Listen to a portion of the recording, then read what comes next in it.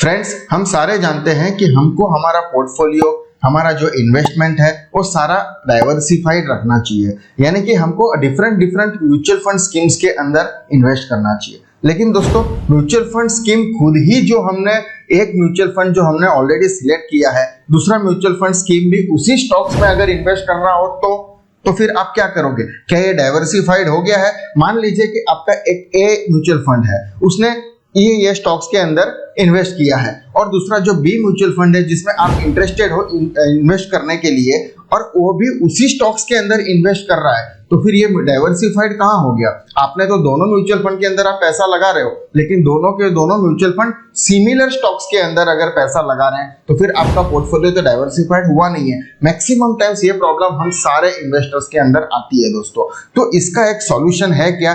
कैसे हम इसको अलग कर सकते हैं? दोस्तों, इसका सॉल्यूशन है, नंबर एक सॉल्यूशन है कि आप इसकी म्यूचुअल फंड के स्टॉक्स की एक लिस्ट बनाओ, उसको नोट डाउन करो। ए म्यूचुअल फंड की, बी म्यूचुअल फंड की स्टॉक्स की लिस्ट नोट डाउन करो। इन दोनों के अंदर कितने स्टॉक्स ओवरलैप है, एक करके टिक मारते जाओ।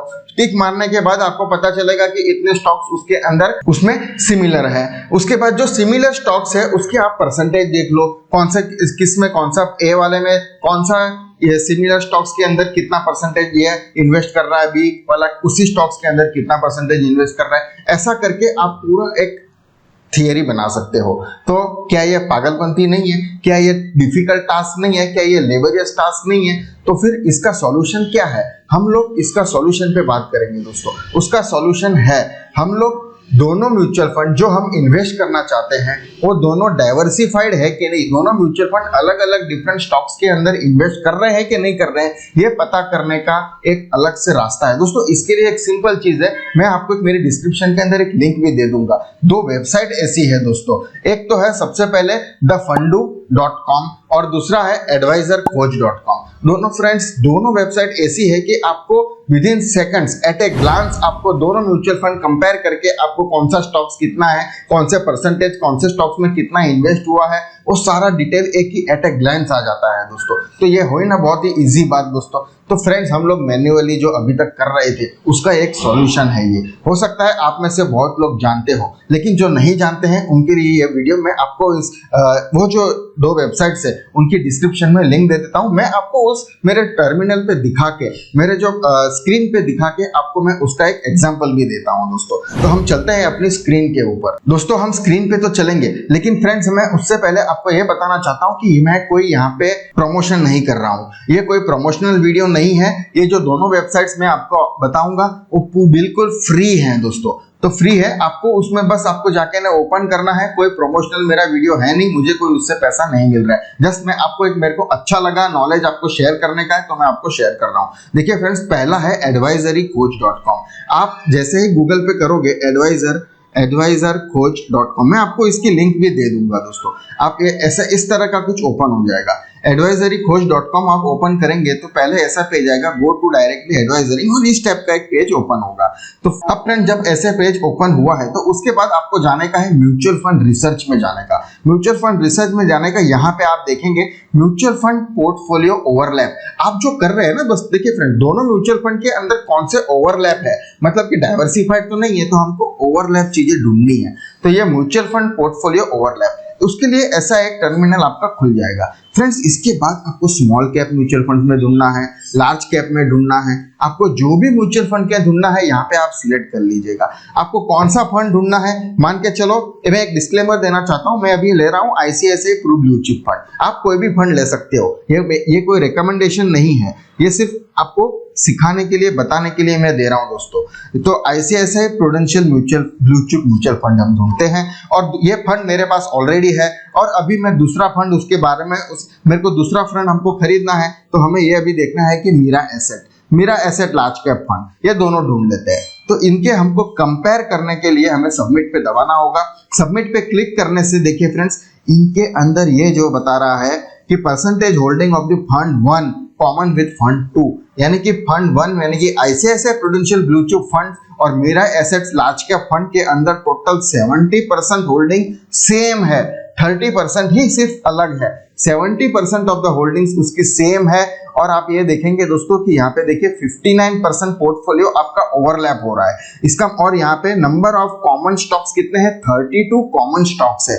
ऐसे स्टॉक्स है ये 32 कि जो मेरे ICICI प्रूडेंशियल ब्लू चिप में भी है और मेरा एसेट लार्ज कैप फंड के अंदर भी है दोस्तों। तो हमें ये कौन से स्टॉक्स है वो अगर देखना है तो हम यहाँ पे see common stocks for the 2 funds यहाँ पे क्लिक करने से ये देखिए फ्रेंड्स, यहाँ पे अंबुजा सीमेंट है। अंबुजा सीमेंट यहाँ से A to Z के अंदर आपको ये बताया जा रहा है। अंबुजा सीमेंट के अंदर परसेंटेज ओवरलैप देखिए फ्रेंड्स, ये ICICI वाला और ये मेरा एसेट में 0.2, 0.45, 1%, 0.66, 5.46, 4.99, 3.42, 3.65, ये सारा परसेंटेज कितना, कौन सा म्यूचुअल फंड किस स्टॉक में अंदर, ये जो ओवरलैप है 32 स्टॉक्स की पूरी लिस्ट आ गई।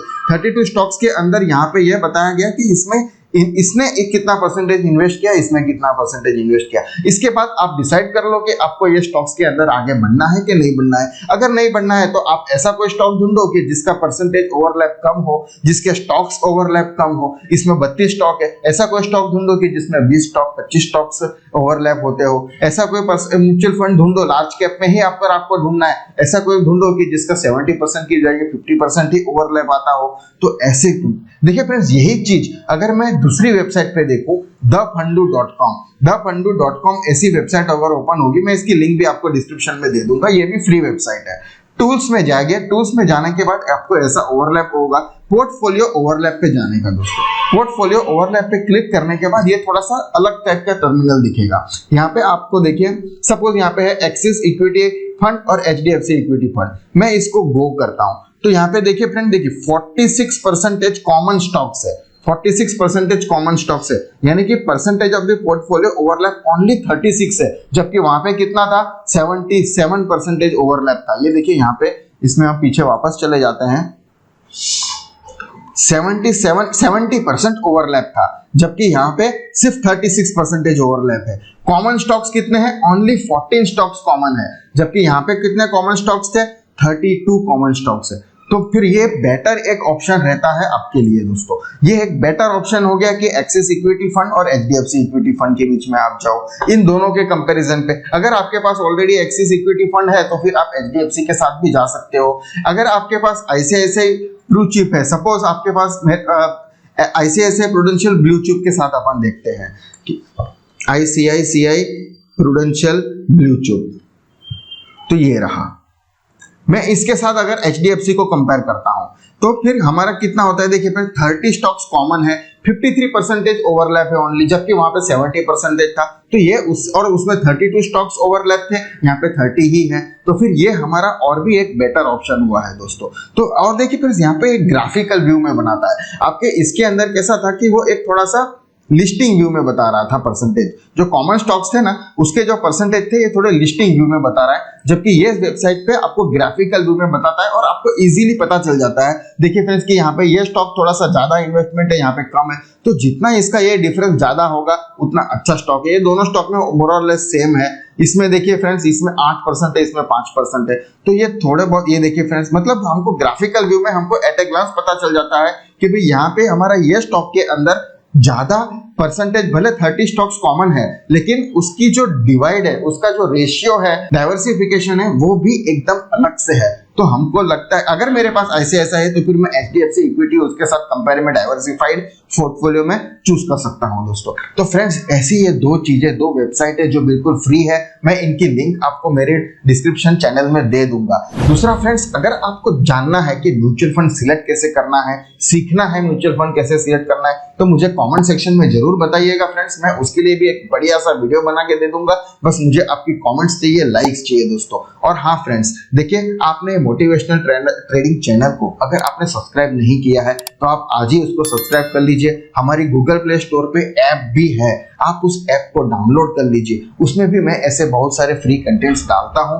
जो नॉलेजेबल रहेंगे और सबसे हटके स्ट्रेटेजीज भी डालता हूं दोस्तों। फिलहाल मैंने 2 स्ट्रेटेजीज डाली हुई है, कैप स्ट्रेटेजी और 219 बैंक निफ्टी इंट्राडे ऑप्शन की स्ट्रेटेजी है दोस्तों। कैप स्ट्रेटेजी ऐसी है कि जो आपको हर टाइम फ्रेम पे, मल्टी टाइम फ्रेम पे काम करेगी, 1 मिनट से लेके 1 डे के टाइम फ्रेम पे काम करेगी, स्विंग में काम करेगी, इंट्राडे में काम करेगी। बस आपको सेटअप सीखने की जरूरत है और आपको उस सेटअप के अंदर मिनिमम आपको इतने कम ट्रेड्स मिलेंगे और जो भी मिलेंगे एकदम सटीक मिलेंगे। दोस्तों अगर आपको उसमें इंटरेस्टेड नहीं है तो फिर आप जा सकते हो ऑप्शन ट्रेडिंग की स्ट्रेटेजी पे, जिसमें 219 ओनली बैंक निफ्टी की 5 मिनट टाइम फ्रेम की एक स्ट्रेटेजी है। दोस्तों दोनों का मैंने एकदम पोर्टफोलियो, मैंने उसका एक्सेल शीट भी बना के रखा है, गूगल शीट है मेरी ऐप पे, आपको उसको मिल जाएगा। अभी तक कितने रिटर्न्स दे रहे हैं वो सारे उसमें मिलेंगे। दोस्तों तो आपको अगर पसंद है तो आप बिल्कुल मुझे वहां पे कनेक्ट भी कर सकते हो, मुझसे वहां से बात कर सकते हो, मुझे मैसेज कर सकते हो, जो चाहे कर सकते हो और हर दिन नया नया सीख सकते हो। दोस्तों तो फिर है ना बढ़िया बात। तो आप ये 2 वेबसाइट पे जाके ना अपना म्यूचुअल फंड डाइवर्सिफाइड पोर्टफोलियो कर लीजिएगा